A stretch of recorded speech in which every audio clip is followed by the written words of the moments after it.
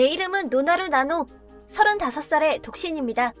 저희 엄마는 원래 몸이 약하셨는데 15년 전 아버지가 돌아가시고 받은 정신적 충격까지 더해져 간호가 필요하진 않지만 혼자 일하며 살기에는 힘든 상황입니다. 그런 엄마를 보살피기 위해 저는 고등학교 졸업 후 전문학교에 입학했습니다. 2년 후 학교를 졸업하고 집에서 출퇴근이 가능한 작은 사무소에 취직했습니다. 엄마의 몸 상태를 챙겨가며 평범한 일상을 보내고 있었는데 문제는 6살 아래 동생인 류지였습니다. 그건 제가 24살, 동생이 고등학교 3학년 때 일이었습니다. 엄마, 나 의대에 가고 싶은데 가도 돼? 어머, 의사가 되겠다는 거니? 응, 누나는 할 줄 아는 것도 없고 아는 것도 없고 누나 인생이 너무 막막해 보여서. 누구 인생이 막막하다고? 나왔다! 지잡러 요괴! 야! 류지, 누나는 엄마를 위해서 이렇게 살고 있는 거야. 그런 식으로 말하면 못 써. 네네. 네 성적이 의대에 갈 정도로 그렇게 좋았던가? 아니, 그래서 나 학원 다니려고. 그 돈도 엄마한테 달라고 할 거지? 내가 의사가 되면 엄마한테 꼭 효도할게. 응? 엄마, 다녀도 되지? 투자라고 생각하면 되지. 하고 싶다고 하니 보내주고 싶긴 하구나. 엄마는 나를 흘끔 쳐다봤습니다. 내가 의사가 되면 엄마를 낫게 해줄게. 제발 부탁이야, 보내줘. 동생은 필사적으로 엄마에게 돈을 달라고 했습니다. 제가 고개를 한번 끄덕이자 돈 내고 다니는 거니까 열심히 공부해야 된다. 당연하지. 아싸. 이렇게 동생은 연 100만 원의 학원을 다니기 시작했고 모든 의대에 닥치는 대로 지원했습니다. 하지만 결과는 낙방. 엄마는 기운 내라고 말해줬지만 저는 이렇게 될 걸 미리 예상하고 있었습니다. 고등학교 2학년까지 공부도 거의 하지 않던 놈이 갑자기 1년 공부한다고 붙을 리가요. 그마저도 진짜 했는지 안 했는지 모름. 의대는 그리 호락호락하지 않죠. 이렇게 동생도 스스로 뉘우친 게 있을 줄 알았는데 엄마, 나 1년만 더 해볼게. 학원에 등록하고 왔으니까 돈 좀 내줘. 야, 너! 왜 네 맘대로 등록하고 난리야? 누나랑은 상관없잖아. 누나가 꼴통해서 다닌다고 내 미래까지 태클 걸지 말란 말이야. 이 새끼가 보자 하니까 콱 비밀을 말해버릴까 했지만 엄마와 약속한 게 있었기 때문에 꾹 참았습니다. 미우나 고우나 내 동생이기도 했고요. 결국 류지가 의대에 합격한 건 그로부터 3년 후였습니다. 목표하던 국공립의대를 재빨리 손절하고 돈은 많이 들어도 비교적 입학하기 수월한 사립을 목표로 해서 아슬아슬하게 합격장을 거머쥐게 된 것입니다. 물론 학비를 스스로 낼 생각은 추호도 없었습니다. 더 이상 돈을 융통할 수 없다는 걸 깨달은 엄마는 유일하게 아빠가 남겨준 유산이었던 집을 팔아 그 돈을 동생의 입학금으로 썼습니다. 저희는 대출을 받아 작고 아담한 중고 아파트를 샀고 거기로 이사했습니다. 내 방은? 있을 리가 있겠냐? 뭐? 왜 이렇게 좁은 집으로 이사 온 거야? 널 대학에 보내기 위해서잖아. 입학 후 동생은 집에 거의 안 들어왔습니다. 아마도 친구 집과 여친 집을 전전하며 지내는 듯 했습니다. 사립대학에 입학하는 대신 유급당하면 자퇴하겠다는 약속을 받아놨기 때문에 일단 모든 수업을 이수한 듯 했지만 그마저도 성적이 아슬아슬했습니다. 의대생이라는 타이틀로 고액 과외 알바도 했지만 집에 돈을 가져다 주진 않았습니다. 심지어는 누나, 이거 봐라. 학생한테 2시간 수업해줬는데 10,000원이나 받았어. 시급 5,000원이라니 대박이지? 돈도 받았으니까 성실하게 알려줘. 누난 시급 얼마야? 1,000원은 되나? 난 월급이거든? 꼴통에서 월급이 다 거기서 거기지. 이직해, 이직. 난 이직 안 해도 충분해. 아, 힘든가? 아 참, 누나 전문학교 졸업자였지? 누나를 고용해줄 회사가 없겠다. 이런 식으로 가끔 집에 들어와서는 짜증나는 짓만 했습니다. 그로부터 몇 년 후 류지는 인턴이 됐습니다. 병원에서 근무하더니 그 녀석의 코는 점점 더 높아져만 갔습니다. 인턴은 너무 바빠서 놀 시간이 거의 없었지만 그 대신 놀러가는 날엔 아주 화려하게 놀다 오곤 했습니다. 그때쯤 류지는 집을 나가 혼자 살기 시작했는데 신축 아파트에다 근처에 커다란 역도 있었습니다. 아무래도 클럽에서 만난 여자들을 바꿔가며 그 아파트로 데리고 가는 것 같았습니다. 너 이제 용돈 없어. 뭐? 나 아직 인턴인데? 월급 받고 있잖아. 부족하단 말이야. 내가 알바야? 그래도 동생에게 드는 돈이 줄자 저와 엄마는 마음이 좀 놓였습니다. 엄마, 이번에 같이 온천 여행이나 다녀올까? 고맙구나, 나노. 너 덕분에 류지가 대학을 나올 수 있었어. 하지만 그런 우리 앞에 비극이 기다리고 있었습니다. 항상 아침 일찍 일어나시던 엄마가 거실에 없어서 이상하다 싶은 마음에 깨우러 갔는데 엄마! 곧바로 병원에 실려갔지만 이미 때는 늦었습니다.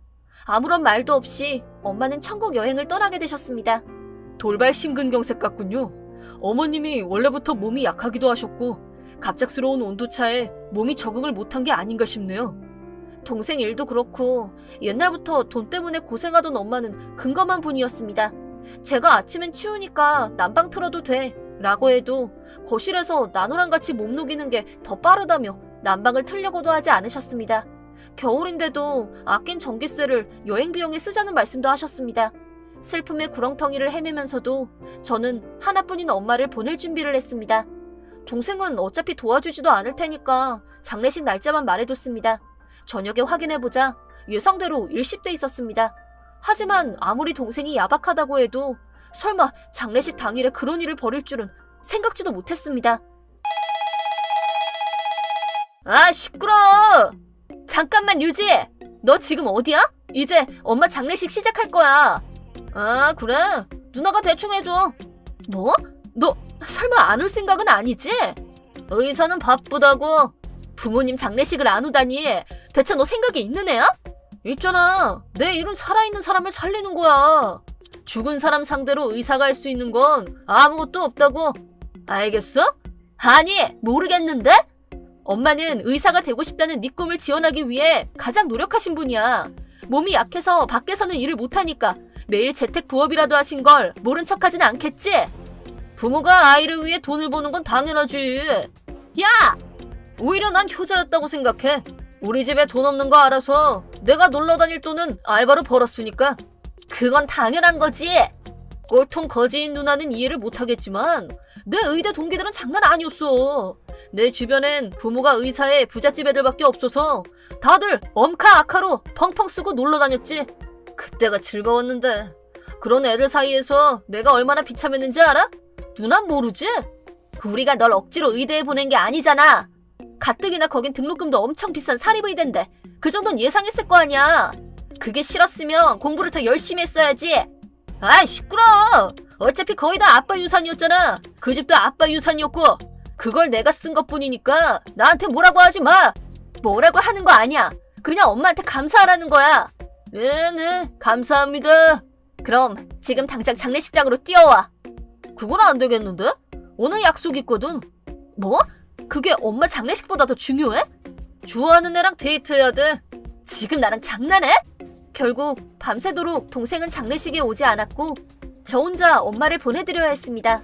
모든 일이 다 정리되고 엄마 물건을 정리하는데 동생에게서 다시 연락이 왔습니다. 누나 수고가 많아. 이제 연락하지 마라. 그래. 나도 꼴통 회사 다니는 누나랑은 연락하기 싫거든. 근데 유산 상속은 깔끔히 해야 될 것 같아서. 너 진짜 쓰레기 새끼구나. 네, 쓰레기입니다. 아직 엄마 유산 남은 거 있잖아. 빨리 절반 내놔라. 그래도 우린 호적상 남매니까. 나한테 이런 동생이 있다니 부끄러울 따름이다. 걱정하지 않아도 제대로 절반 주려고 했어. 돈이 갖고 싶은 거잖아. 그 근검절약 할매가 값비싼 물건을 갖고 있을 리는 없고 더 이상 너랑 얘기하고 싶지 않다. 계좌번호 알려줘. 나머진 내가 다 처리할 테니까. 한 번 더 말하는데 나 속일 생각은 마. 난 너랑 달라서 그런 짓은 안 해. 그 대신 상속이 끝나면 너와의 연도 끊을 거야. 내가 바라던 바야. 돈 없다고 울고불고 나 찾아오지 마라. 그 후 유산 상속 절차에 맞춰 동생에게 유산의 절반을 넣어줬습니다. 원래도 큰 집은 아니었지만 엄마와 함께 살 생각으로 산 집이었기에 저 혼자 살기엔 너무 컸습니다.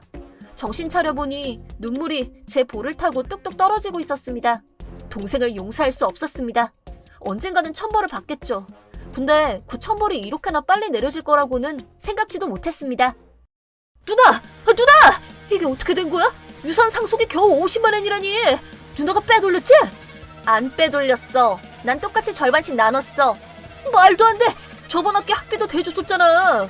그랬던 엄마 계좌에 100만 원밖에 없었다고? 지금 사는 아파트도 상속금에 다 넣은 거야? 그거만 팔아도 돈은 더 나오잖아. 네가 지금 착각하고 있는 게 하나 있는데 엄마랑 약속한 게 있어서 지금까지 아무 말도 안 했거든? 근데 엄마도 이제 돌아가셨으니까 멍청한 너한테 제대로 알려줄게. 뭐야 그 말투는. 난 의사야. 누나 나한테 이래라 저래라 못한다고. 넌 엄마가 네 학비를 다 대준 것 같지? 말해두겠는데 네 학비를 낸 건 바로 나야. 뭐? 엄마 죽었다고 바로 들통날 거짓말 하지 마라. 꼴통회사 다니는 누나가 사립의대 학비를 어떻게 내겠어? 나 회사원 아닌데? 뭐? 나 지금 공인회계사거든? 공인회계사? 전문대학 졸업인 누나가? 분명 처음 입사했을 땐 그냥 회계사무소 직원이었어. 근데 거기서 공부하고 자격증 따서 꽤 오래전에 공인회계사가 된 거야. 그래서 내 연봉도 네가 생각하는 것보다 2배는 많아. 내 덕에 너도 대학을 졸업할 수 있었던 거야. 그럼 왜 매달 돈을 엄마 명의로 입금한 거야? 엄만 네가 괜히 신경 쓸까봐 그런 거야. 열심히 공부해서 훌륭한 의사가 되길 바랬던 거라고. 나한테도 항상 미안하다고 하셨어. 이게 엄마 계좌에 돈이 없었던 진짜 이유야. 내가 필요한 돈을 매달 입금했었으니까. 그럼 아파트는? 당연히 내가 산 거지. 그니까 상속이랑은 상관없어. 빚은 다 갚았어? 다 갚았는데? 그럼 지금 당장 그 집 좀 팔아봐. 뭐? 사실 나 환자 가족한테 고소당하게 생겼어. 뭐? 그게 무슨 말이야? 설마 너 의료과실 했니? 전날 술을 너무 많이 먹어서 숙취가 다 안 풀린 채로 병원에 갔는데 그때 링거 지시를 잘못 내렸거든. 환자 병세가 갑자기 악화되는 바람에 지금 큰일 났어. 간호사 책임으로 돌리려고 했는데 내가 지시한 사항이 문서로 남아있는 바람에 이제 빠져나갈 구멍이 없어. 이 사건을 무마시키려면 환자 가족들한테 줄 돈이 필요해. 부탁해 누나, 제발 도와줘. 거절할게. 네 책임은 네가 스스로 지길 바래. 그런 말 하지 말고. 누나 가진 돈 있잖아. 너한테 줄 돈은 1엔도 없어. 세상에 둘도 없는 동생이잖아. 동생을 버리는 거야? 무슨 말 하는 거야? 난 너 같은 동생 둔 적 없는데? 무슨 말 하는 거야? 나 여기 있잖아. 네가 먼저 말한 거잖아. 영 끊을 테니까 돈 이야긴 꺼내지도 말라고. 그때 내가 이렇게 될 줄 알았냐? 제발 부탁해 누나. 2번 다시는 나를 누나라고 부르지 마. 이 배신자야. 그 후 동생, 아니지, 전 동생은 어떻게든 환자 가족들을 설득해보고자 계략을 세운 듯 했지만 오히려 그런 태도가 불성실하다며 화를 더 부추기게 됐고 고소를 당하고 말았습니다. 병원 측도 류지의 그런 근무 태도에 골머리를 앓고 있었나 봅니다. 뉴스에서는 예전부터 근무 태도가 안 좋았었다. 몸 상태가 안 좋아 보이는 날이 몇 번 있었는데 그게 설마 숙취 때문이라고는 생각도 못했다. 와 같은 병원 관계자의 증언이 이어졌고 결국에는 병원에서도 쫓겨나고 말았습니다. 현재는 아직 판결을 기다리고 있는 상태지만 어떤 판결이 나오든지 간에 전 동생이 의료업에 다시 복귀하진 못할 겁니다.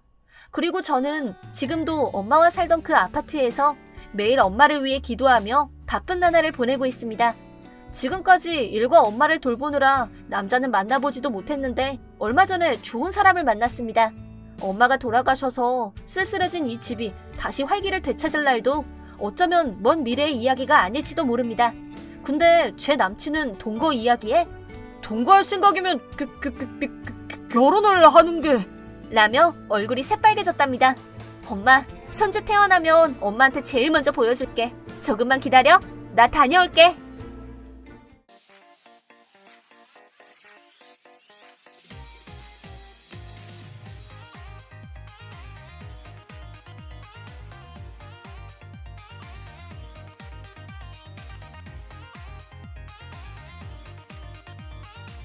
내 이름은 토미나가 히로시, 30살 회사 경영자입니다. 오늘은 작은 위화감에서 시작한 사건에 대해 얘기해볼까 합니다. 우선 제 소개를 하죠. 아까 말했듯이 IT 회사를 운영 중이에요. 특히 최근 몇 년은 궤도에 올라 높은 수익을 내고 있죠. 하지만 30살의 사장이라면 듣기엔 좋지만 직원이 10명도 안 되는 스타트업입니다. 사장이라고 해서 편히 의자에 앉아있지 못하고 발로 뛰며 열심히 일하고 있죠. 사장님, 집에 좀 들어가세요. 맞아요, 몸 다 상하시겠어요. 이렇게 퇴근 좀 하라면서 직원들한테 혼나기도 합니다. 미안해. 하고 싶은 일이 많아서 시간 가는 줄도 몰랐네. 그러자 뒤에서 직원 하나가 스케줄을 관리해주는 비서라도 뽑아봐요. 알았어. 늘 나카무라가 신경 써주는 것도 미안하니까 곧 뽑을게. 이 녀석은 카지와라. 얼굴이 험상궂어서 다른 직원들은 무서워하지만 유능한 직원 중 하나죠. 그리고 카지와라의 말대로 슬슬 스케줄 관리가 필요하다고 생각했었어요. 밤낮 없이 일에만 골몰하고 있어서 사생활이 거의 없는 건 스스로도 문제라고 생각했죠. 지금은 애인도 없고 마지막으로 친구랑 술 마신 게 언젠지. 집은 회사 근처 투룸인데 돈을 그닥 못 벌 때부터 살았던 곳이에요. 지금은 더 좋은 곳에서 살고 싶지만 단순히 시간이 없어서 이사가기도 벅차답니다. 직원들은 그런 저에게 사장답게 여유로운 생활을 하라고 하지만 어차피 잠만 자는 집이라서 일부러 시간과 노력을 들여 이사를 가야 할 의미도 사실 없었어요. 하지만 이 집에서 계속 살다 보니 터무니없는 사건에 휘말리게 되죠. 어느 날 위화감을 느낀 저는 부하 스즈무라에게 메시지를 보냈어요. 시간 괜찮아? 잠깐 궁금한 게 있는데. 네, 사장님. 그게 좀 이상한 얘기긴 한데. 뭔데요, 무섭게 시리. 너 지금 혼자 살지? 네, 맞아요. 매달 전기세 얼마 정도 나와? 대략 10,000엔 전후예요. 근데 지금은 여름이라서 좀 더 비싸죠. 아무래도 그렇지. 왜 그러세요? 우리 전기세가 장난 아니야. 이번 달에는 20,000엔이나 나왔어. 네? 혼자 사시는데요? 그리고 집에도 잘 안 계시잖아요. 그러니까 그래서 더 수상해. 한번 잘 확인해보세요. 누전이나 집 자체에 문제가 있나봐요. 그래, 조언 고맙다.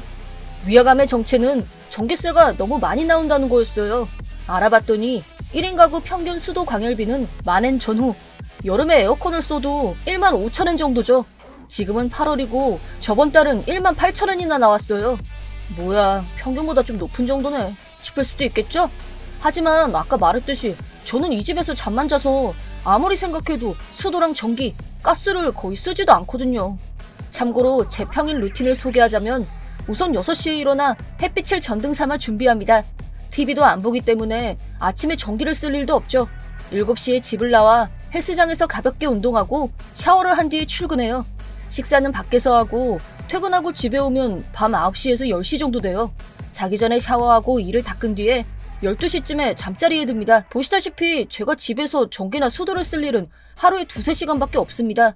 물론 주말을 집에서 보내지만 그래도 이렇게 비싼 전기세는 말도 안 되죠. 어딘가 이상이 있나 싶어서 업자분을 불러봤지만 결국 아무런 이상도 없었어요. 건물 자체의 문제가 아니라면 짚히는 게 하나 있었죠. 그걸 확인하려고 집안에 감시 카메라를 설치했어요.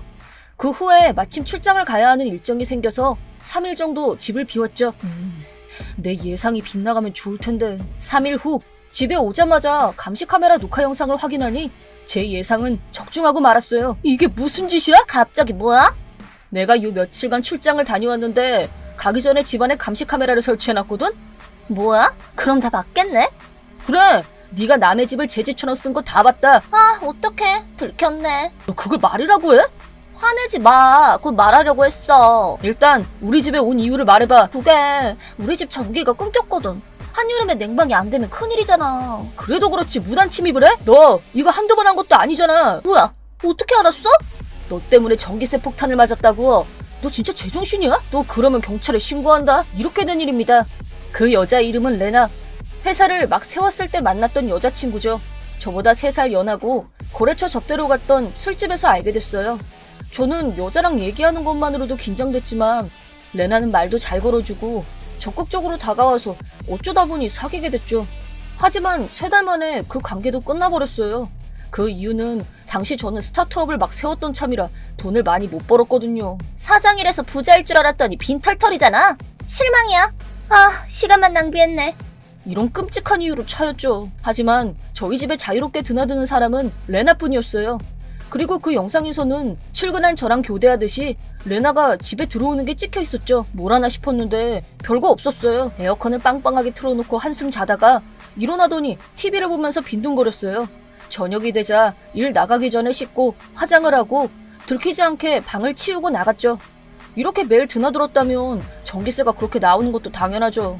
사귀었을 때는 나름 잘 만났기 때문에 집 열쇠를 레나한테 줬던 걸 까맣게 잊고 있었어요. 아마도 제가 바빠서 집에 거의 못 들어온다는 걸 기억하고 한번 무단 침입을 성공하고는 맛을 들여서 반복했나 봅니다. 제가 둔한 것도 잘못이지만 이 비상식적인 행태에 화가 났어요. 그래도 일단 범인은 잡았어요. 레나한테도 못을 박았고 이제 문제 없겠거니 했는데 갑자기 뭔가를 발견했어요. 제 귀중품 보관함에 있던 고급 시계가 사라진 거였어요. 물론 지피는 건 하나뿐이었죠. 레나, 이건 못 넘어가겠다. 뭐야? 나 이제 니네 집 안 간다니까? 내 손목 시계가 없어졌어. 그거 안 닿네. 시치미 떼지 마. 네가 훔쳤잖아. 뭐? 나 아니거든? 생사람 잡지 마. 그런 짓은 안 해. 무단 침입한 주제 그 말을 믿을 것 같아? 그건 미안하지만 도둑질은 안 했어. 솔직히 말하면 용서해 줄게. 나 아니라니까? 설마 이미 팔아버린 거야? 몇 번을 말해. 나 아니라고. 됐어. 경찰에 신고한다. 이번에는 도저히 용서할 수 없었어요. 이건 그냥 단순한 시계가 아니라 회사를 궤도에 올려놓은 큰 계약을 딴 축하의 의미로 산 거였죠. 피나는 노력을 한 스스로에게 준 선물이었어요. 화가 난 저는 참지 못하고 레나를 경찰에 신고하고 말았어요. 무단 침입 증거도 떡하니 있어서 의심할 여지가 없었죠. 하지만 곤란하게도 레나는 무단 침입은 인정해도 절도는 인정하지 않았어요. 그러고 보니 도둑질을 한 모습은 찍히지 않았죠. 내가 그랬잖아. 덮어놓고 의심하지 좀 마. 시끄러워. 이 상황에선 널 의심하는 게 당연하지. 하지만 그 영상은 제가 출장 갔던 3일치분이었죠. 그 이전에 한 달 이상 동안 저희 집을 호텔처럼 이용했던 레나는 도둑질을 할 기회가 얼마든지 있었어요. 물론 레나의 알리바이엔 신빙성도 낮았지만 훔쳤다는 결정적인 증거도 없었죠. 그렇게 머리를 싸매고 있었는데 사건이 또 터졌어요. 없잖아. 이번에는 저희 집에 있던 고급 와인이 없어진 겁니다. 부하에게 생일 선물로 받아서 특별한 날 마시려고 소중히 보관해둔 건데 이것도 레나의 짓이라고 단정짓고 싶었지만 불가능했어요. 왜냐하면 이걸 받은 건 이틀 전. 그날은 경찰한테 신고해 레나가 체포된 날이었죠. 지금도 유치장에 있는 레나한텐 믿을 만한 알리바이가 있었어요. 어떻게 된 영문인가 곰곰이 생각하다가 문득 뭔가가 생각났어요.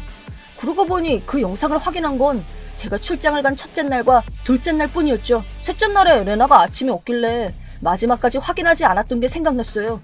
혹시 와인처럼 시계도 레나가 아니라 다른 범인이 있다면 셋째 날에 비밀이 있을지도 몰라요. 전 당장 영상을 확인했습니다. 그러자 전 또다시 충격에 휩싸이고 말았습니다. 다음날 평소처럼 출근한 저는 회사에서 한 사람을 불러냈어요. 부르셨나요? 부하인 스즈무라와 나카무라였죠. 그래, 잠깐 할 얘기가 있어서. 뭔가요, 사장님? 최근 우리 집에 도둑이 여러 차례 들었어. 안타깝게도 용의자는 우리 회사 직원인 것 같아. 도둑이요? 무슨 말씀이세요? 두 사람이 동요하자 전 말을 이었어요. 의심 가는 사람 없어? 거동이 수상하다거나? 갑자기 그러셔도 모르겠는데요? 그치, 나카무라? 조용해진 나카무라를 보고 스즈무라도 뭔가 눈치챈 모양이었죠. 나카무라, 우리 집에서 훔친 와인 맛은 어땠지? 아니면 이미 시계랑 같이 팔아버렸나? 네? 아닙니다. 저 아니에요. 그런 농담은 하지 마세요. 그리고 저는 집에 뒀던 모니터 전원을 켰어요.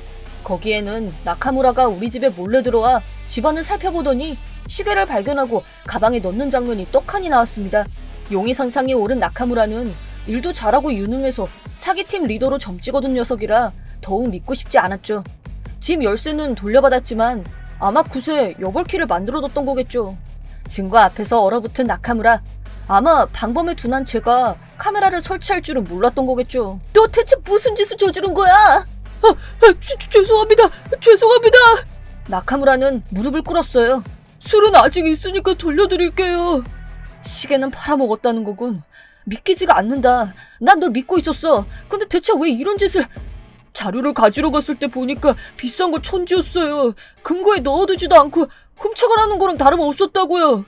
그거 진심으로 하는 말이야? 나카무라의 말에 어이가 없었어요. 왠지 나카무라는 상사인 스즈무라에게 도움을 청했죠. 그쵸, 스즈무라 씨? 그렇게 뭐가 그래? 네가 한 짓은 명백히 범죄야. 사장님, 동정할 가치도 없어요. 경찰 부릅시다. 스즈무라의 신고 덕에 나카무라는 절도 현행범으로 체포당했어요. 그 후 신문에서 밝혀졌는데 놀랍게도 나카무라의 절도는 이번이 처음이 아니었어요. 회사에는 비밀로 했던 절도 전과가 있었던 겁니다. 심지어 다른 직원들 열쇠도 몰래 사용해 훔칠 만한 걸 찾아봤다는 사실도 밝혀졌죠. 다행히도 돈이 가장 많아 보이는 제 집을 타깃으로 삼아서 다른 직원들한테는 피해가 가지 않았어요. 하지만 나카무라의 비밀은 이것만이 아니었어요. 그 비밀은 나중에 설명하도록 하죠. 초범이 아니었던 나카무라는 집행유예 없이 징역형을 받았습니다. 물론 당장 회사도 해고당했죠. 참고로 레나는 제가 열쇠를 준 탓도 있기 때문에 징역을 선고받지는 않았지만 제가 레나의 가게에 연락한 탓에 해고를 당했답니다. 레나가 멋대로 쓴 전기세는 변호사를 통해 청구했어요. 적은 돈이지만 그거라도 받아내야지 어쩌겠어요. 그리고 직원들에게도 집 열쇠를 바꾸라고 권했어요. 물론 비용은 회사가 부담했죠. 회사 직원이 일으킨 문제는 사장인 제가 책임져야 되니까요. 그리고 전 당장 일을 쉬고 이사 준비에 돌입했어요. 회사에서는 좀 멀어도 보안이 철통 같은 곳으로요. 하지만 소동은 아직 끝나지 않았어요. 전 이 사건의 마침표를 찍기 위해 마지막 수를 썼죠. 부르셨나요? 그래, 사실 그 절도 사건이 아직 안 끝났거든. 정말요? 공범이 있었던 모양이야. 설마 카지와라는 아닐까요? 그 자식 전부터 좀 수상했거든요. 그때 쫑알거리는 스즈무라 뒤로 카지와라가 들어왔어요. 내가 범인이라고? 배짱 한번 좋은데? 카지와라! 여긴 어떻게? 카지와라는 범인이 아니야. 네가 나카무라를 시켜서 시계를 판 돈을 차지한 것도 전부 다 빠짐없이 증거가 있다고. 사실 나카무라는 그때 경찰서에서 다 자백했습니다. 자신의 정가를 스즈무라에게 들켰는데 한번 우리 집에 온 적이 있던 스즈무라는 돈이 될 만한 게 있던 걸 알고 있었죠. 그래서 우리 집에 자료를 가지러 간 날 스즈무라가 시킨 대로 도둑질을 한 거였어요. 정가를 들키면 해고당할까봐 그랬어요. 하지만 이렇게 된 거 마찬가지네요. 제가 어리석었어요. 죄송합니다. 나카무라는 참담한 듯이 눈물을 흘렸어요. 나카무라는 성실히 일하고 있었는데 너 때문에 그릇된 길로 들어섰어.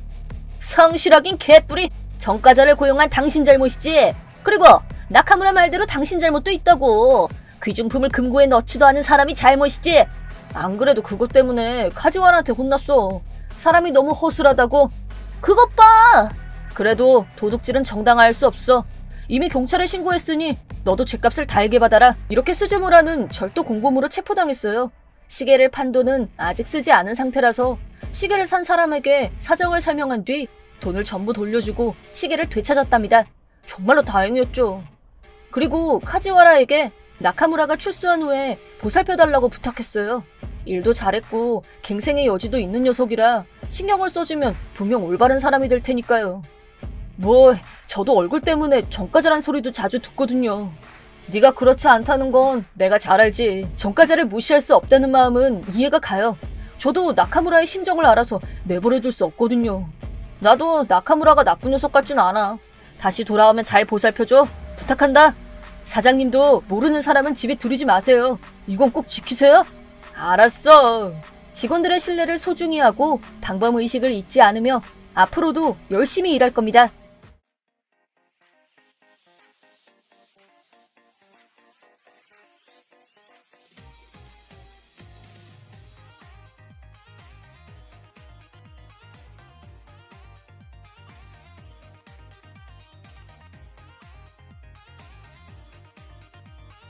내 이름은 카오루.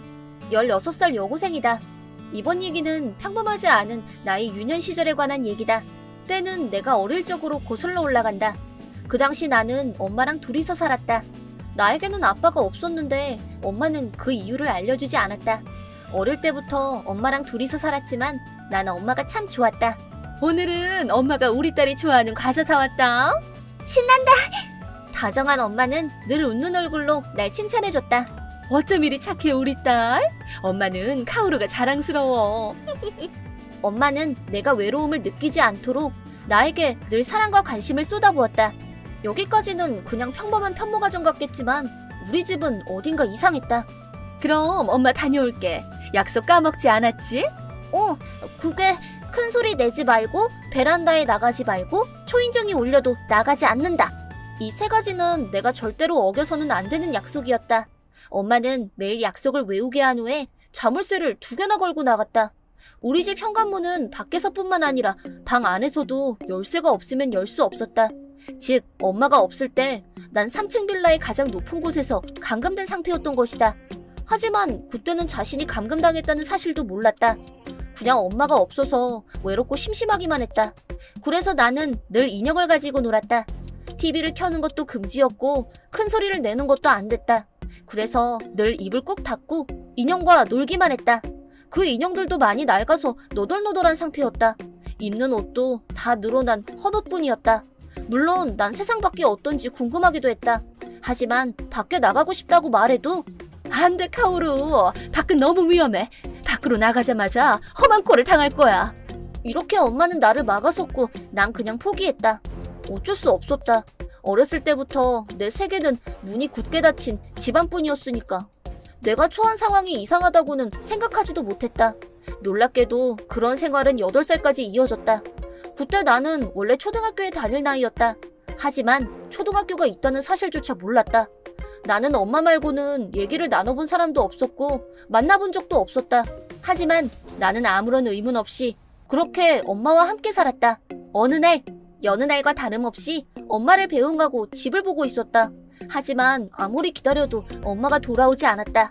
하루 종일 들어오지 않은 적도 있었지만 이번에는 정도가 심했다. 일주일이 지나도 엄마는 오지 않았다.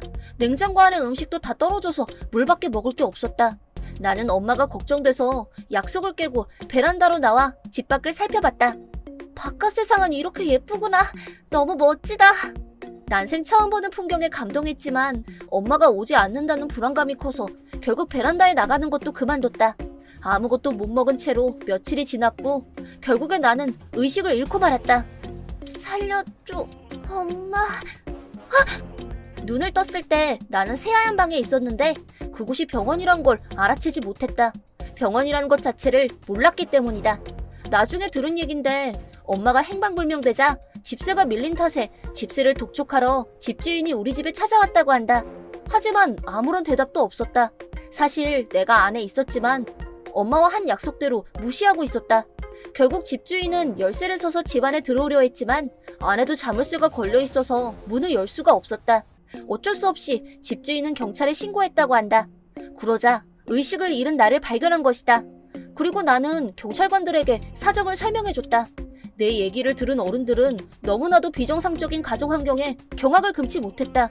게다가 나는 자신의 이름이 카오로인 것밖에 몰랐다. 나와 관련된 정보는 카오로라는 이름과 나이뿐이었고 그 외의 정보는 전혀 밝혀지지 않았다. 그제서야 나는 우리 집이 이상하다는 사실을 깨달았다. 그리고 나는 엄마를 끝까지 찾지 못했다. 그 후 나는 아동보호시설에서 한동안 지내게 됐다. 새로운 환경 속에서 난 불안에 떨었다.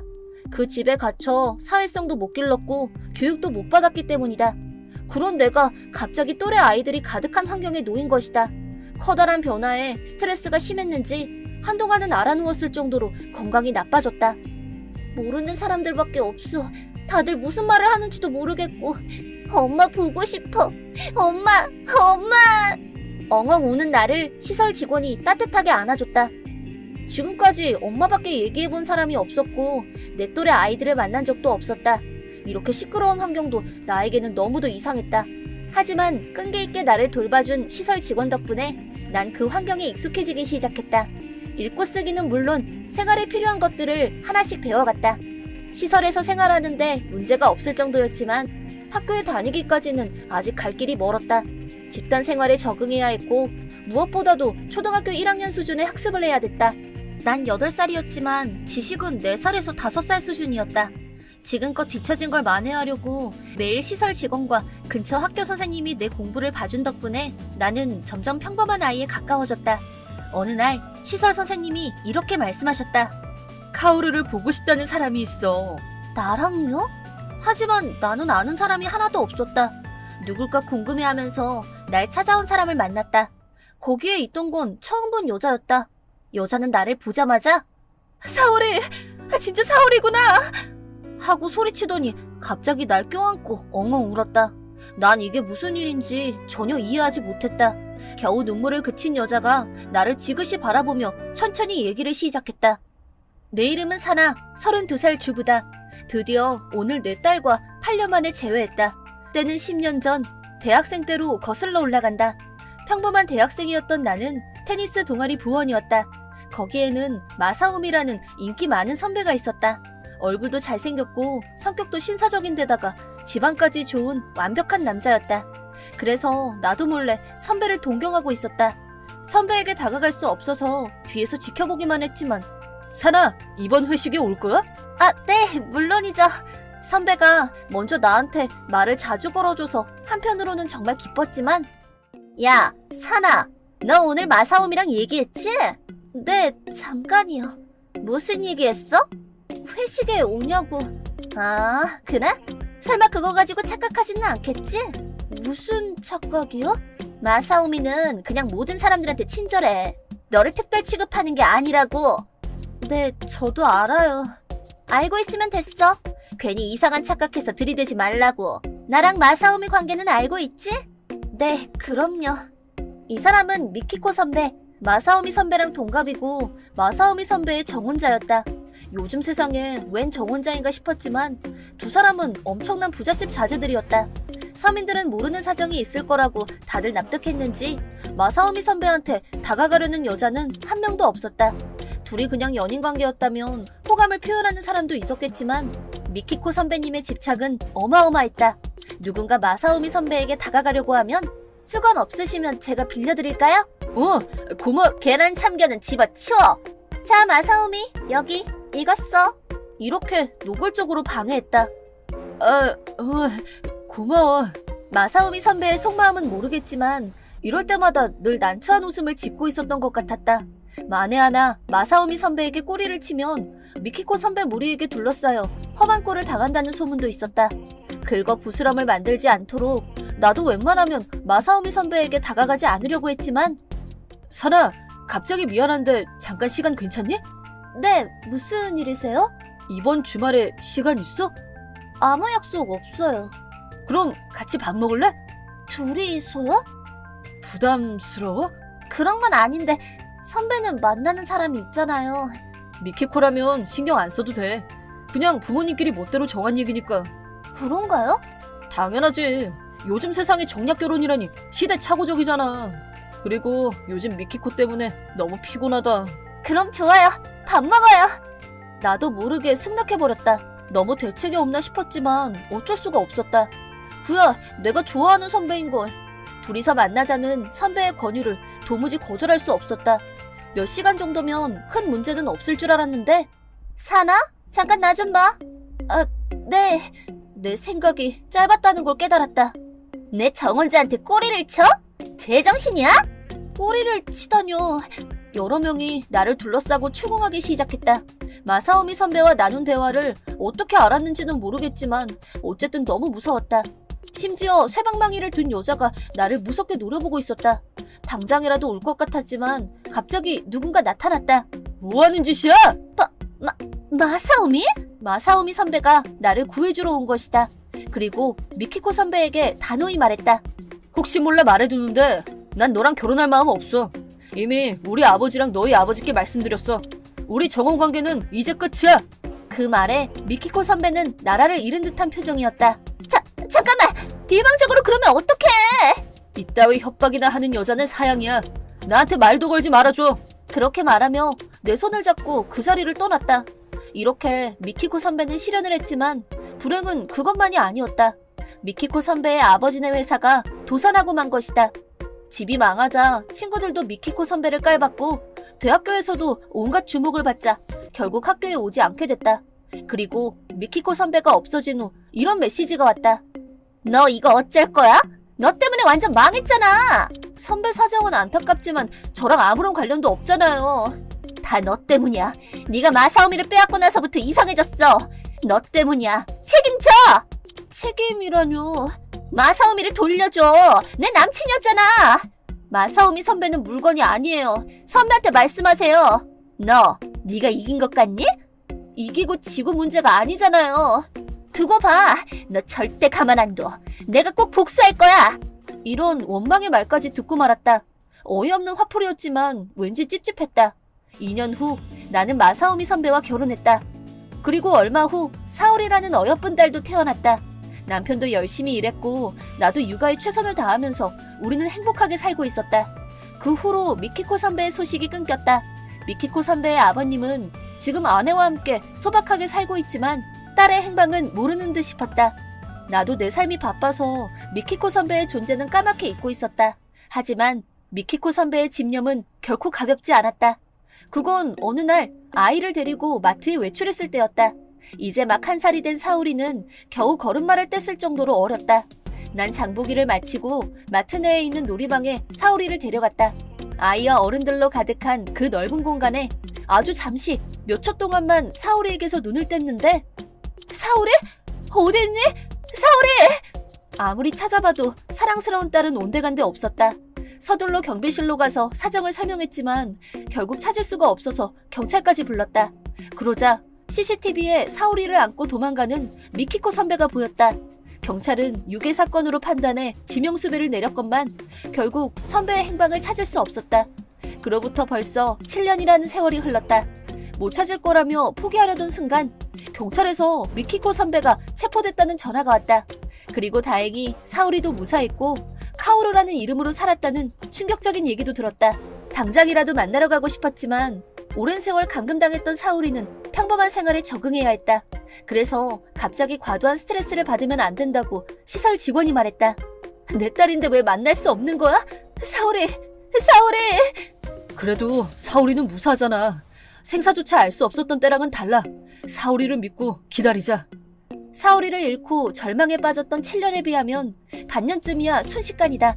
그렇게 나는 참고 참다가 드디어 7년 만에 사랑하는 딸의 얼굴을 볼 수 있었다. 결국 내가 엄마라고 생각했던 사람은 유괴범이었다. 나는 그렇게 감금당한 채 살았던 것이었다.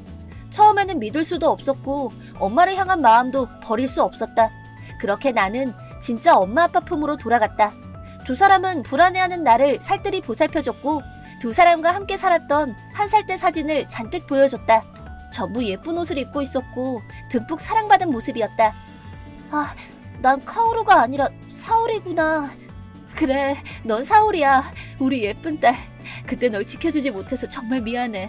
앞으로는 평생 사오리를 행복하게 해줄게. 사랑한다 우리 딸. 앞으로 쭉 함께하자. 부모님의 따뜻한 말에 나는 엉엉 울었다. 이렇게 나는 진짜 부모님 품에 돌아오게 됐다. 드디어 7년 만에 내 인생을 되찾은 것이다. 그리고 16살이 되자 부모님과 경찰에게 당시 사건에 대한 설명을 들었다. 어릴 때는 몰랐던 것들이 전부 이해되기 시작했다. 그래서 나는 교도소에 있는 미키코 씨를 만나기로 결심했다.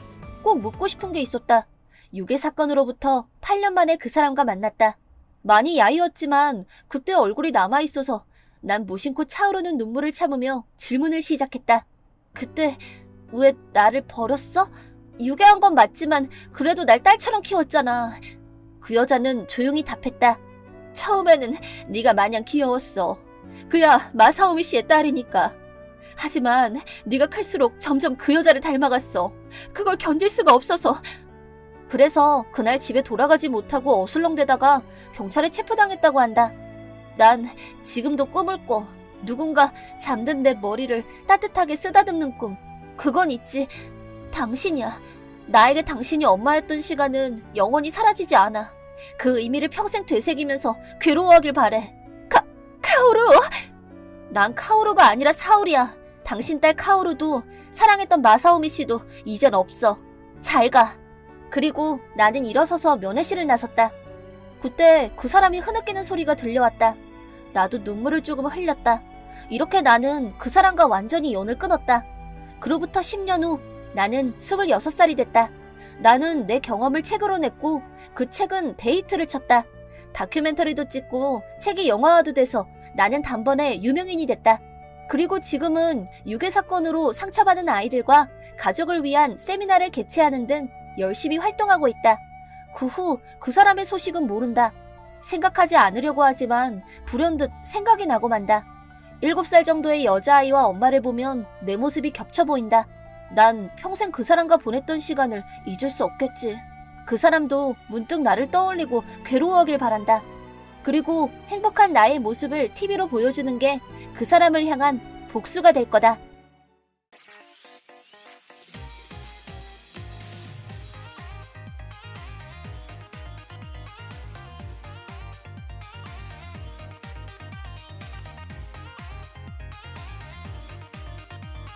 아빠, 그만하세요. 이러다 엄마 죽어요. 닥쳐! 내가 내 집에서 무슨 짓을 하든 내 마음이지? 내 이름은 히마리. 아빠, 엄마, 동생 아오이와 함께 넷이서 살고 있다. 아빠는 술에 취하기만 하면 엄마를 때렸다. 엄마는 죽을 힘을 다해 우리를 지켜줬지만 어느 날 아침 짐을 싸서 집을 나가버렸다. 엄마, 우리 두고 가지 마.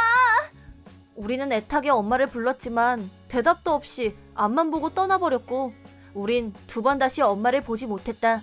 아오이는 엄마가 떠난 충격으로 실어증에 걸리고 말았다. 나는 아빠에게 아오이를 병원에 데려가 달라고 부탁했다. 하지만 병원에 데려갈 돈이랑 시간이 어딨어? 그치만 아오이가 내 인생의 걸림돌 같으니라고. 너희 같은 쓰레기들은 이 세상에 나오지 말았어야 했어. 결국 아빠는 우리에게도 폭력을 썼다. 이대로 가다간 아빠 손에 죽을지도 몰라. 하지만 우리에겐 딱히 도움을 청할 어른도 없었다. 그저 잠자코 당하는 수밖에 없었다. 그러다 어느 날부터 아빠가 집에 안 들어오기 시작했다. 벌써 일주일이나 집에 안 들어왔다. 나는 학교 급식을 가능한 한 많이 챙겨왔고 그걸 아오이와 나눠 먹으며 겨우 생활을 이어갔다. 그러다 드디어 아빠가 집에 왔다. 아빠, 오셨어요? 뭐야? 너희 아직도 살아있었냐? 왜 그런 말을 하세요? 나 이제 이 집엔 안 들어올 거야. 너희도 열심히 살아라. 잠시만요. 어디 가세요? 거참 시끄럽네. 그건 네가 알아서 뭐하게. 난 이제 너희 아빠가 아니야. 그러니까 나가 돼지든지 마음대로 해. 그럴 수가. 아빠, 가지 마세요. 결국 아빠에게도 버림받은 우리는 이 집에 혼자 남겨졌다. 보호자도 없이 우리끼리 살아갈 방법은 없었다. 토요일인 오늘은 학교 급식도 없어서 음식이라고 할 만한 게 아무것도 없었다. 아오이 배에서 꼬르륵 소리가 났다. 배가 많이 고픈 것 같았다. 아오이는 불안한 얼굴로 내게 팔짱을 꼈다. 아오이, 괜찮아. 언니가 어떻게든 할 테니까 걱정하지 마. 나는 그러면 안 되는 줄 알면서도 편의점에서 빵과 과자를 옷 속에 슬쩍 넣으려고 했다. 그러자 누군가 내 어깨를 잡았다. 거기 너 지금 이게 뭐 하는 짓이야? 알고 하는 짓이야? 알아요. 그치만 어쩔 수 없었어요. 이렇게라도 안 하면 굶어 죽을지도 몰라요. 내 어깨를 잡은 건 딱 봐도 무서운 얼굴의 일진 오빠였다. 그 순간 내 속엔 만감이 교차했고 눈물이 나오고 말았다. 하는 수 없지. 그건 내가 사줄게. 그 대신 왜 그랬는지 알려줘. 그래도 돼요? 야, 근데 빵이랑 과자만으로는 영양분이 부족하지. 도시락이랑 물, 샐러드랑 그리고 또 그렇게 많이는 필요 없어요.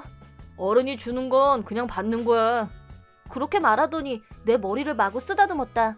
누군가가 내 머리를 쓰다듬어 주는 게 너무 오랜만이라 왠지 쑥스러웠다. 너희 집에서 얘기하자. 부모님은 계시니? 안 계세요. 두 분 다 집을 나갔거든요. 그랬구나. 오빠는 더 이상 아무것도 묻지 않고 집까지의 길을 묵묵히 걷기만 했다. 그리고 집에 도착했는데 현관까지 나와준 아오이가 깜짝 놀라했다. 그거야 놀랄만도 하지. 엄청 무서워 보이는 사람을 데려왔으니까. 안녕, 나는 아스카라고 해. 내가 먹을 거 사왔으니까 많이 먹어. 왜 그래? 독 안 탔으니까 안심해. 그런 게 아니에요. 아오이는 말을 못해요. 태어날 때부터 그랬냐? 아니요. 엄마가 나간 날부터요. 왠지는 모르겠는데 목소리가 안 나온대요. 그랬구나. 그러더니 아스카 오빠는 아오이의 머리를 살살 쓰다듬었다. 아오이는 신기한 눈으로 아스카 오빠를 쳐다봤다. 걱정 마. 배불리 먹고 건강해지면 곧 말도 할 수 있을 거야. 아오이는 고개를 끄덕였다. 아오이가 이렇게 누군가를 따른 적은 처음이었다. 그리고 우리 셋은 밥을 먹으며 지금까지의 일들을 이야기했다.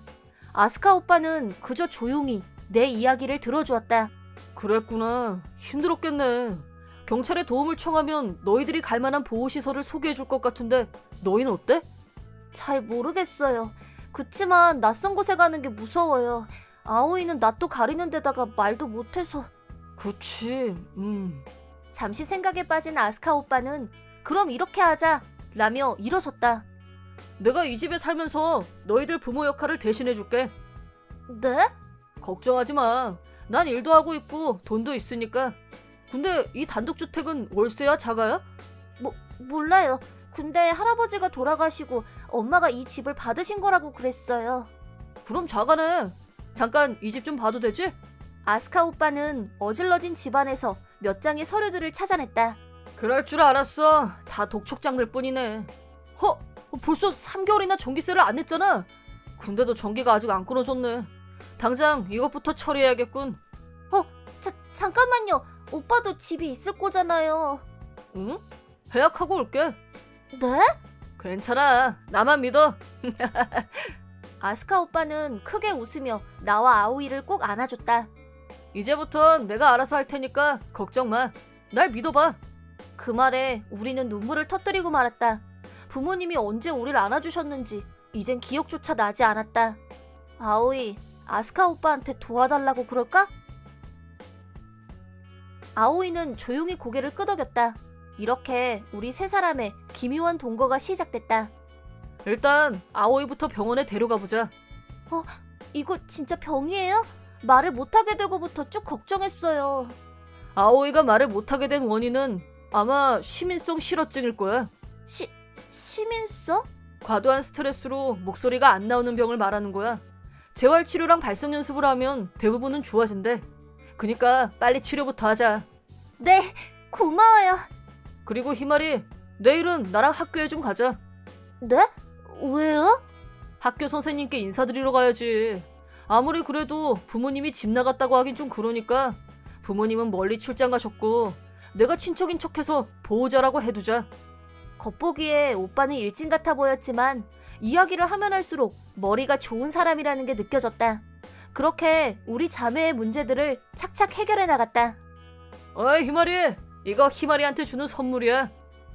스마트폰이다. 연락이 안 되면 걱정되니까. 근데 퀴즈폰이라서 인터넷은 안 돼. 학교에 폰 없는 사람은 저밖에 없었는데 너무 기뻐요. 그 후 아스카 오빠는 일을 하면서도 틈틈이 아오이를 병원에 데려가줬고 덕분에 조금씩 말을 할 수 있게 됐다. 언니. 아오이, 지금 언니라고 한 거야? 응, 언니. 아오이. 나는 기쁨의 눈물을 뚝뚝 흘렸다. 다시 아오이와 말할 수 있는 날이 오다니 꿈만 같았다. 그로부터 1년 후 나는 6학년, 아오이는 1학년이 됐다. 아직 완전하진 않지만 아오이도 말할 수 있게 됐다. 좋았어. 내일은 희말이랑 아오이의 참관 수업 날이다.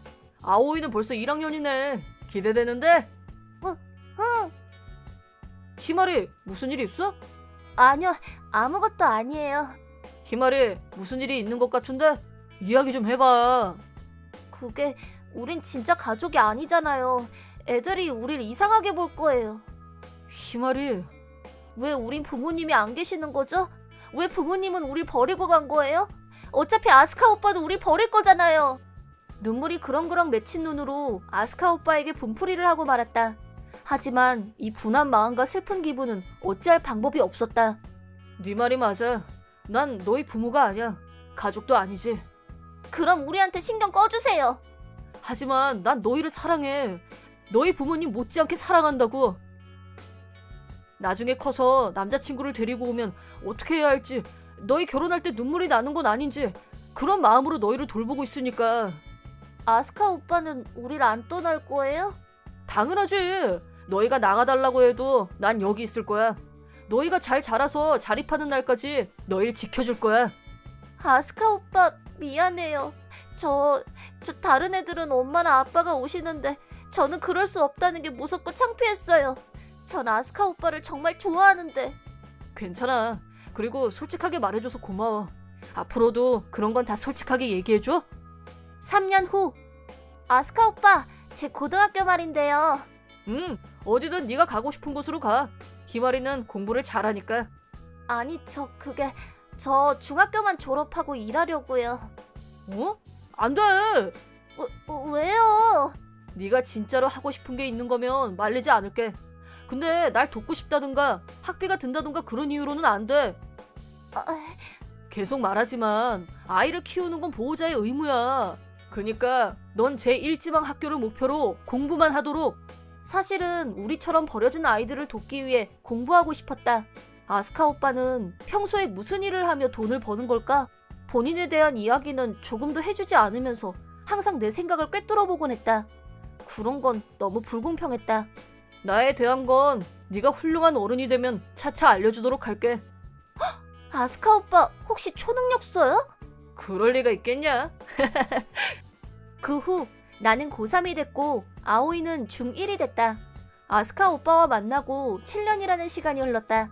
나는 장학금 제도를 통해 대학 입학이 결정됐고 아스카 오빠는 나의 대학 합격 소식을 듣고 눈물을 흘리며 기뻐해줬다. 그리고 오늘은 대학 합격 축하 파티를 위해 아스카 오빠와 아오이가 장을 보러 나갔다. 나는 두 사람보다 먼저 집에 돌아와 있었다. 그러자 현관문이 열리는 소리가 났다. 아스카 오빠인가? 얼른 현관으로 달려갔는데 거기엔 무려 7년 전 집을 나간 아빠가 서 있었다. 아빠! 뭐야 희마리, 너 아직도 살아있었구나. 생각보다 예쁜 여자로 잘 컸구나. 갑자기 뭐 때문에 오신 거예요? 뭐? 여긴 내 집이야. 언제 들어오든 내 마음이지. 7년 만에 듣는 아빠의 고함 소리에 나는 몸을 떨었다. 아빠가 새겨놓은 트라우마는 내가 생각했던 것보다 더 깊은 것이었다. 근데 너 진짜 많이 예뻐졌다. 마침 잘 됐군. 얼마나 좋은 여자로 성장했는지 확인해 봐야겠어.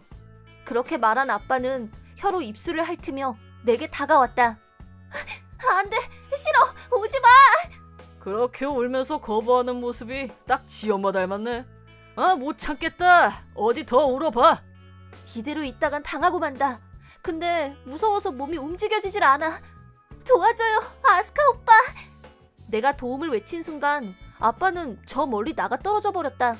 고개를 들자 거기엔 아스카 오빠와 아오이가 서 있었다. 아오이는 서둘러 내게 달려왔다. 언니, 정신 차려! 뭐야? 너 이 새끼 누구야? 이 집 주인의 보호자인데요? 뭐? 이 집의 주인은 나야. 불법 침입자는 너라고. 당신 미친 거 아니야? 당신은 7년이나 아이들을 두고 집을 나갔어. 당신은 부모 자격도 없다고. 닥쳐 닥쳐! 친구는 나한테 있어. 남 주제에 어디서 이래라 저래라야. 그러더니 아빠는 아스카 오빠에게 달려들었다. 하지만 아스카 오빠는 아랑곳하지 않고 아빠를 쓰러뜨렸다. 아, 약해 빠져가지고. 당신 같은 쓰레기들은 꼭 약자들 앞에서만 유세를 떨더라. 꼭 우리 아빠 같군. 뭐? 그게 무슨 말이야? 우리 아빠도 엄마를 때리는 쓰레기 같은 놈이었어. 엄마는 가정폭력을 참지 못하고 내 동생과 함께 자살했지. 아빠는 체포됐고 나는 시설로 보내줬어. 지옥 같은 나날이었지. 처음 듣는 아스카 오빠의 과거에 나는 깜짝 놀랐다. 우리보다 아스카 오빠가 더 힘들고 괴로운 과거를 보냈다는 사실에 눈물이 나왔다. 편의점에서 도둑질하려는 희마리를 보고 바로 알았지. 빼빼 마른 몸 이곳저곳엔 멍이 나 있었어. 나는 시설을 나와 나쁜 길을 걸었지만 이 아이들에겐 그런 아픔을 줄 수 없었어. 그래서 내가 이 아이들을 키우기로 한 거야. 네 스스로 본인을 불량배라고 하는구만. 당장 경찰에 신고해서 네 놈을 여기서 쫓아내주겠다. 안 돼! 아빠는 우리 가족이 아니야. 아스카 오빠야말로 내 가족이야. 이제 더 이상 아빠는 우리 아빠가 아니야. 그니까 나가줘! 좀 시끄럽게 구네. 질질 짜는 거 말곤 할 줄 아는 것도 없으면서 닥쳐! 그러자 아빠를 향한 아스카 오빠의 주먹이 날라왔다. 아빠는 또다시 저 멀리 나가 떨어지고 말았다. 내 가족들한테 못하는 소리가 없네. 그리고 이 집의 명의도 희마리 앞으로 돼 있어. 뭐라고?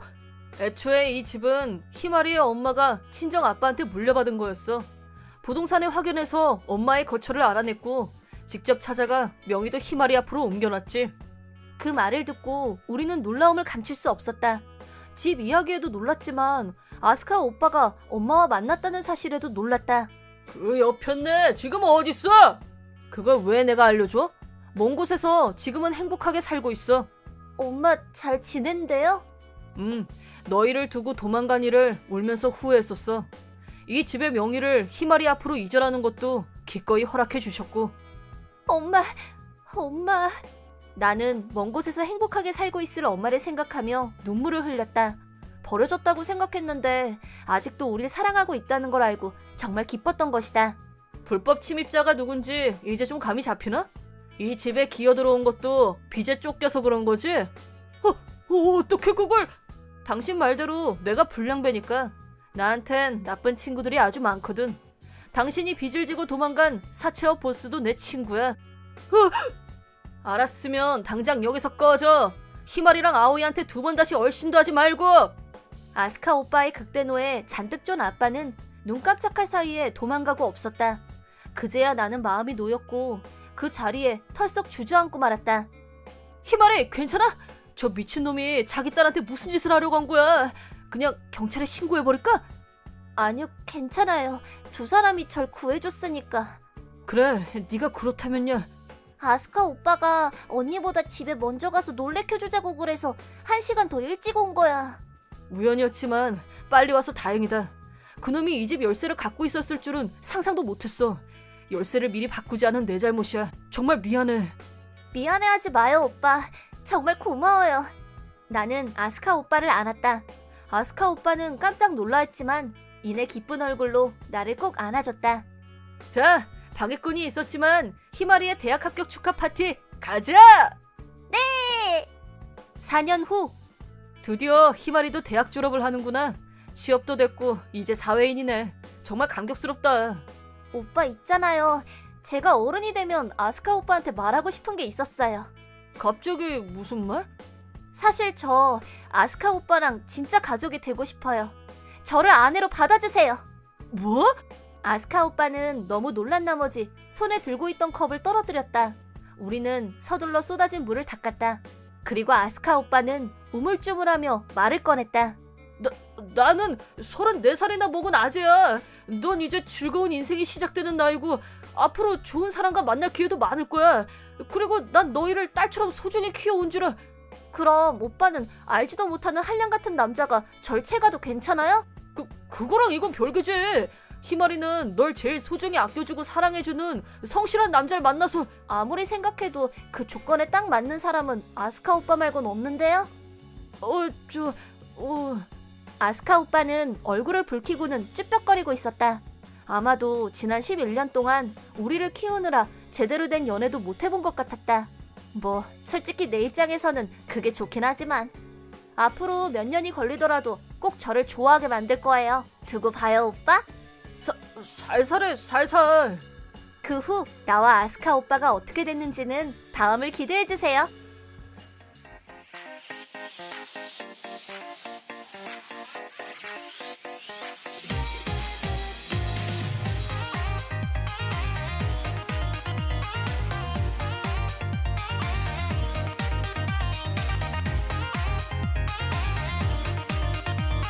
내 이름은 야마모토 아타루, 30살. 사실은 2년 전 나랑 아내인 사유키는 부부기업을 설립한 지 얼마 되지 않았습니다.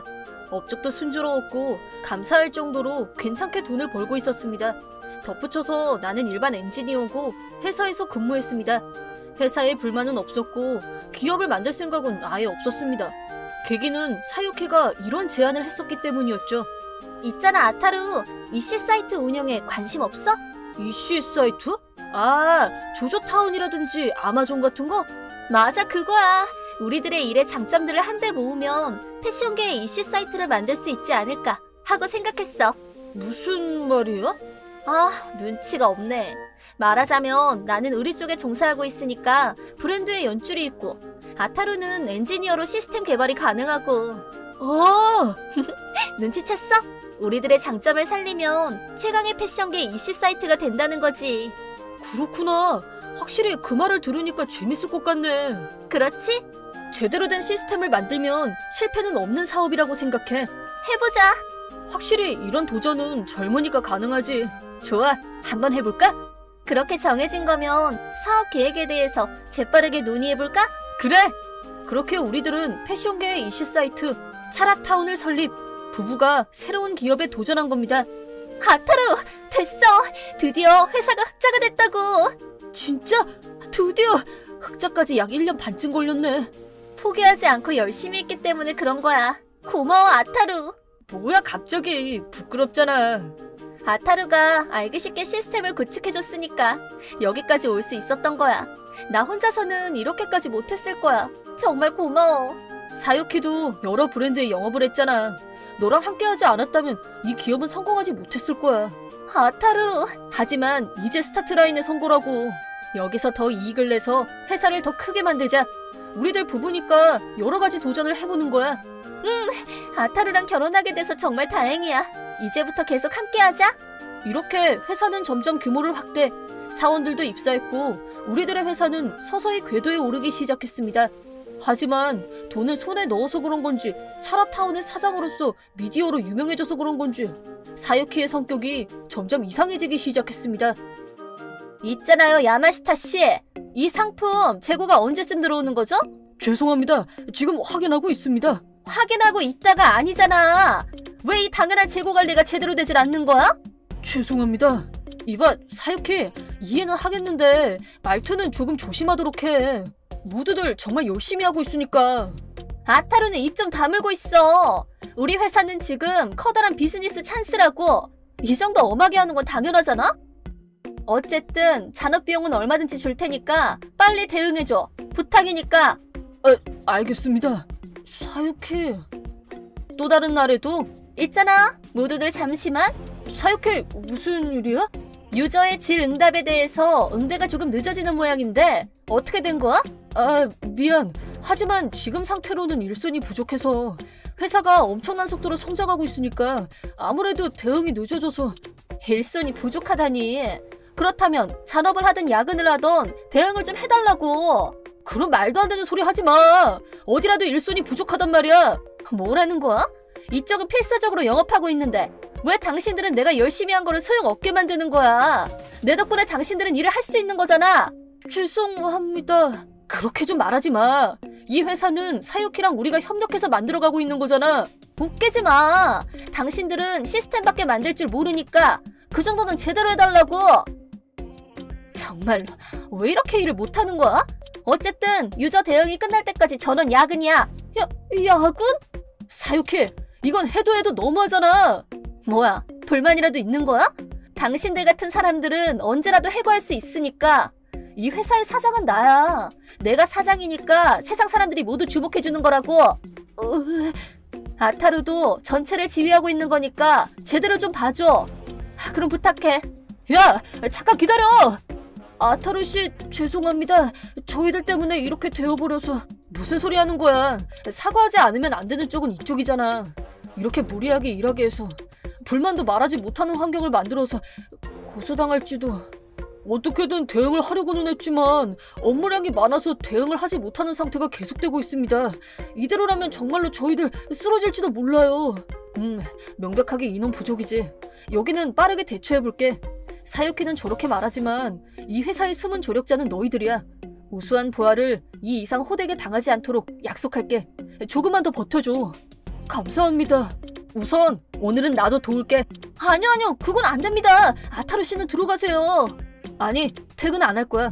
사유키를 막지 못한 내 책임도 있으니까. 어떻게 해서든 야근은 피해보자. 아타루 씨.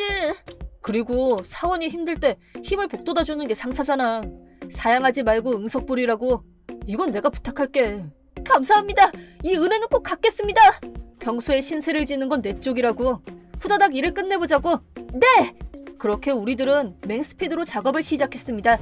문제되었던 재고 관리나 유저 대응 등 문제가 되었던 모든 것을 클리어했습니다. 하지만 결국 야근을 하긴 했지만요. 끝났다. 너희들 정말 수고했어. 아침까지 정말 힘내줬네. 결국에는 야근하게 돼버려서 미안해. 잔업수당 확실하게 챙겨줄게. 아닙니다. 아타루 씨가 도와주셔서 예정보다 빨리 끝났으니까요. 그러고 보니 너희들 최근에 일 거의 다 마무리됐지? 오늘이랑 내일은 주말이니까 쉬어도 괜찮아. 정말입니까? 하지만 사모님 괜찮으실까요? 사유키한테는 내가 말해둘 테니까 신경 쓰지 말고 쉬어. 감사합니다. 가끔은 일상을 즐기라고. 힐링도 중요한 일 중 하나니까. 네, 그렇게 하도록 하겠습니다. 그럼 저희는 먼저 들어가 보겠습니다. 고마워. 수고했어. 그건 그렇고 사유키의 그런 운동은 심하네. 게다가 노동을 강요하는 기업은 있어서는 안 돼. 노동기준법에 의하면 정말 잘못된 거고. 부부니까 제대로 이야기를 나눠봐야겠지.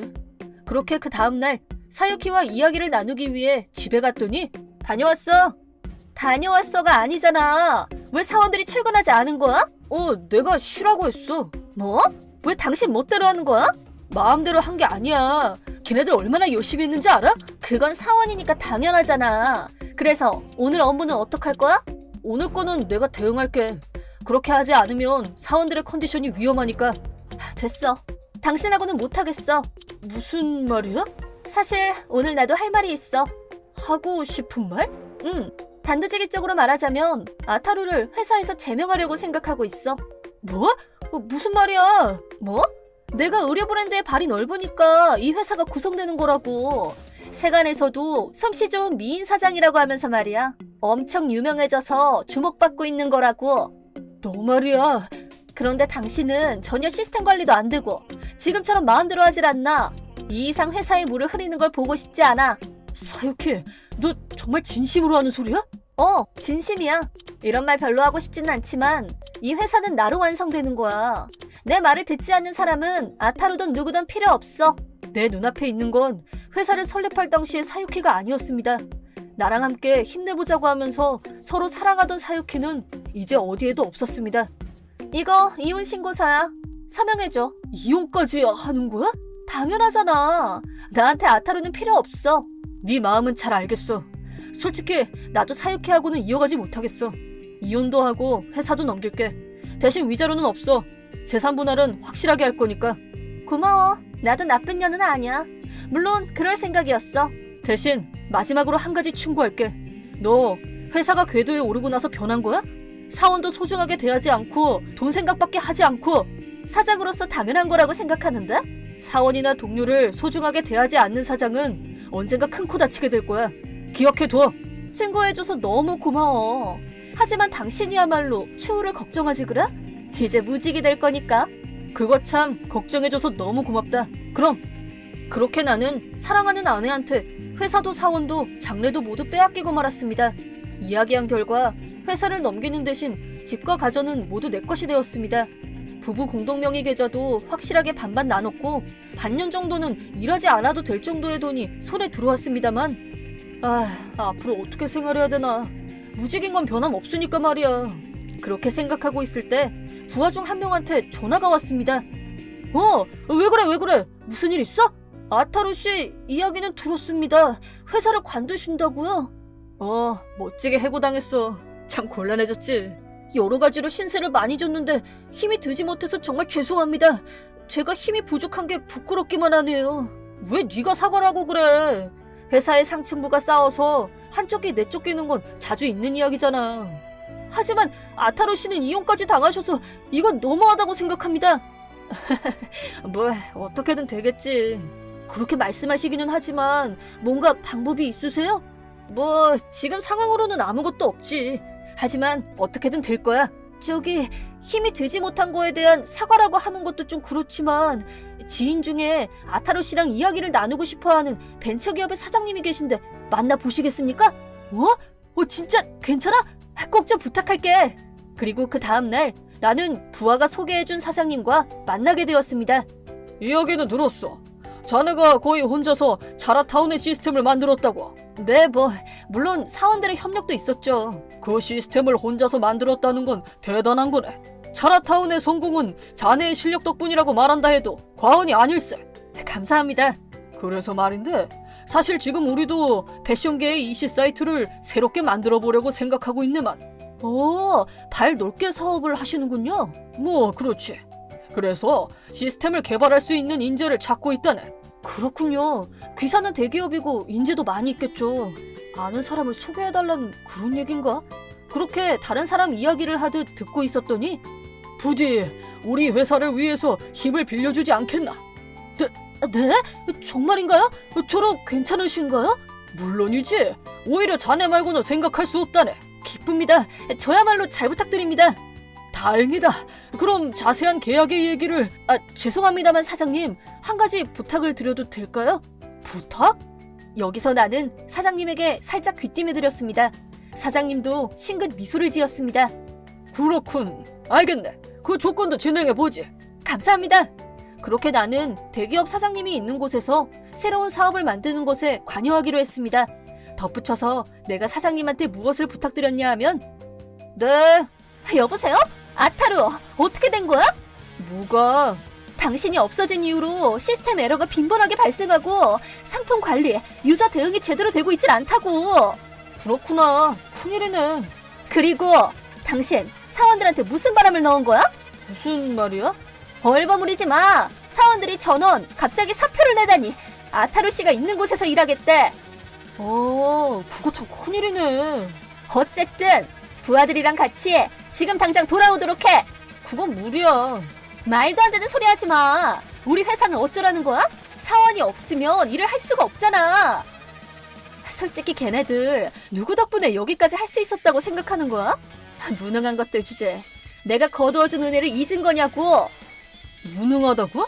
그렇잖아. 똑바로 시스템 관리도 못하는 무능한 것들을 내가 채용해준 거니까 지금이 있는 거라고 말하는 건데 은혜를 원수로 갚다니 믿을 수가 없어. 우리들의 회사를 위해서 몸이 가루가 되도록 일해준 동료들한테 이런 말을 하다니. 아무리 나라고 해도 이제까지 참아왔던 감정을 억누를 수가 없었습니다. 아까부터 가만히 들어주니까 야 이년아 적당히 좀 해. 부하들이 얼마나 회사를 지탱해줬는지 혼자가 되어서도 모르는 거냐? 뭐야 갑자기? 너는 언제나 돈이나 유저를 최우선으로 생각하고 사원을 소중하게 생각하지 않아. 그런 네 곁에서 일할 녀석이 어디 있겠어? 솔직히 무능한 건 너 쪽이라고. EC 사이트를 경영한다고 말하면서 제대로 된 시스템 관리 지식도 없어. 있는 거라고는 대단한 사람들한테 아천 떨어서 얻은 연줄 뿐이지. 그런 녀석이 운영하는 회사의 미래는 절망밖에 없을 거니까.